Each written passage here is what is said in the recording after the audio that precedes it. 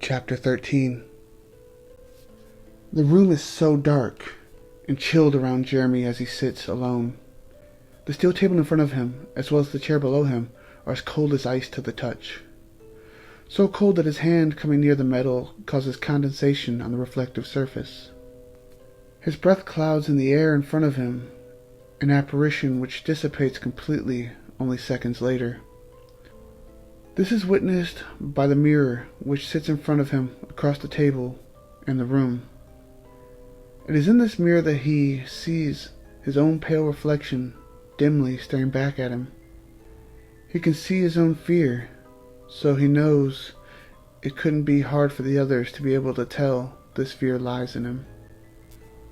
A single dim, incandescent light hanging from the middle of the ceiling is used to illuminate the small room.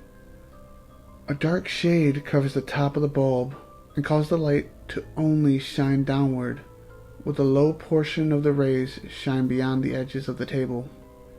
This leaves all four corners of the room in darkness, which taunts Jeremy from every angle. Jeremy suspects this design is meant to make those sitting in his current seat feel as uncomfortable as he does now. So far, it is most definitely doing its job on Jeremy.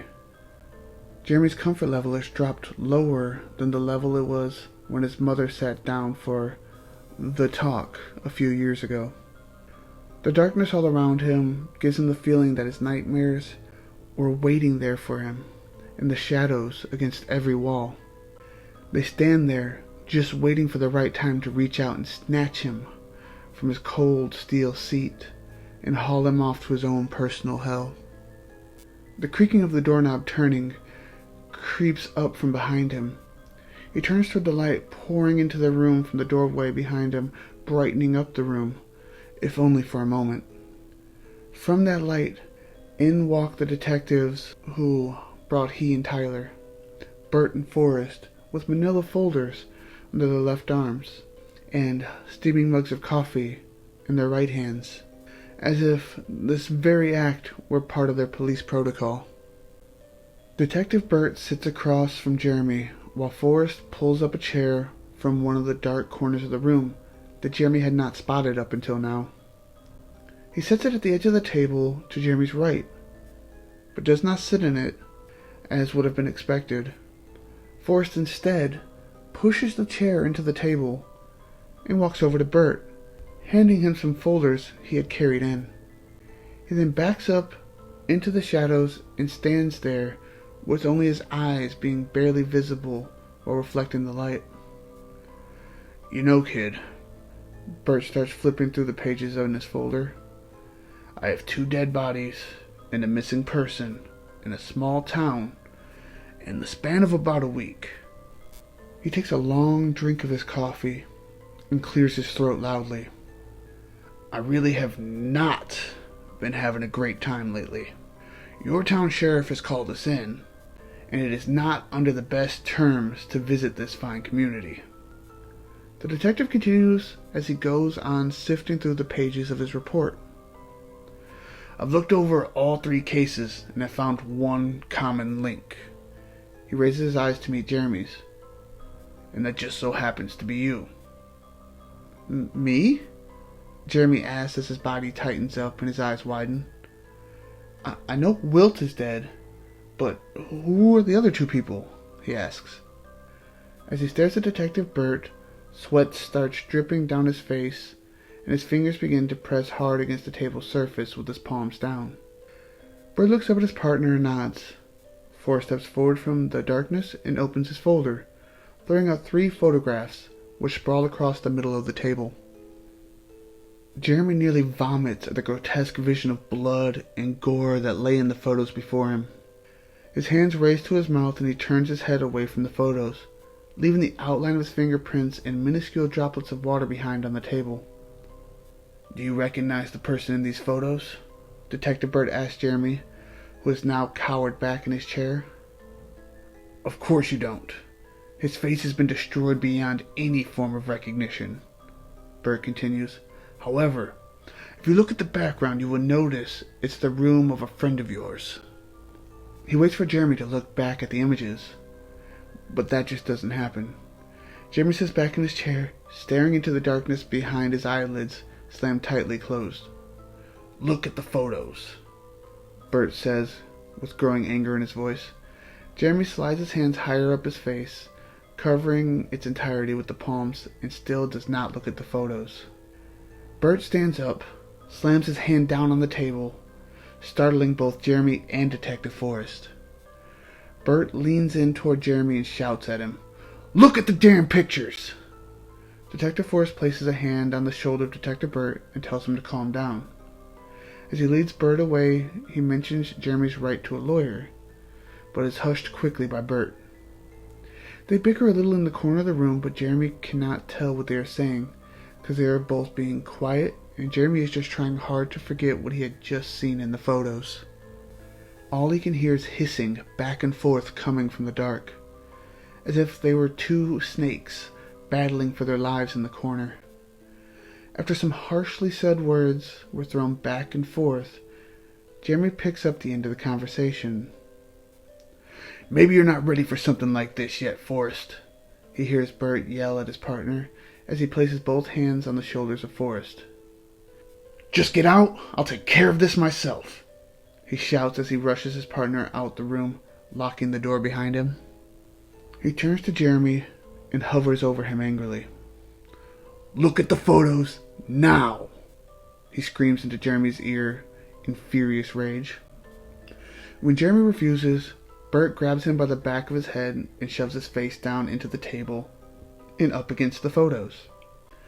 Being a short man doesn't seem to give a clear understanding of his strength. Being rather heavy-set, and most definitely strong enough to manhandle the much smaller frame of Jeremy, he has no troubles with holding him tightly to the top of the table. "You're hurting me," Jeremy cries out. "Please let me go." Detective Bert ignores his pleas. "Do you see now?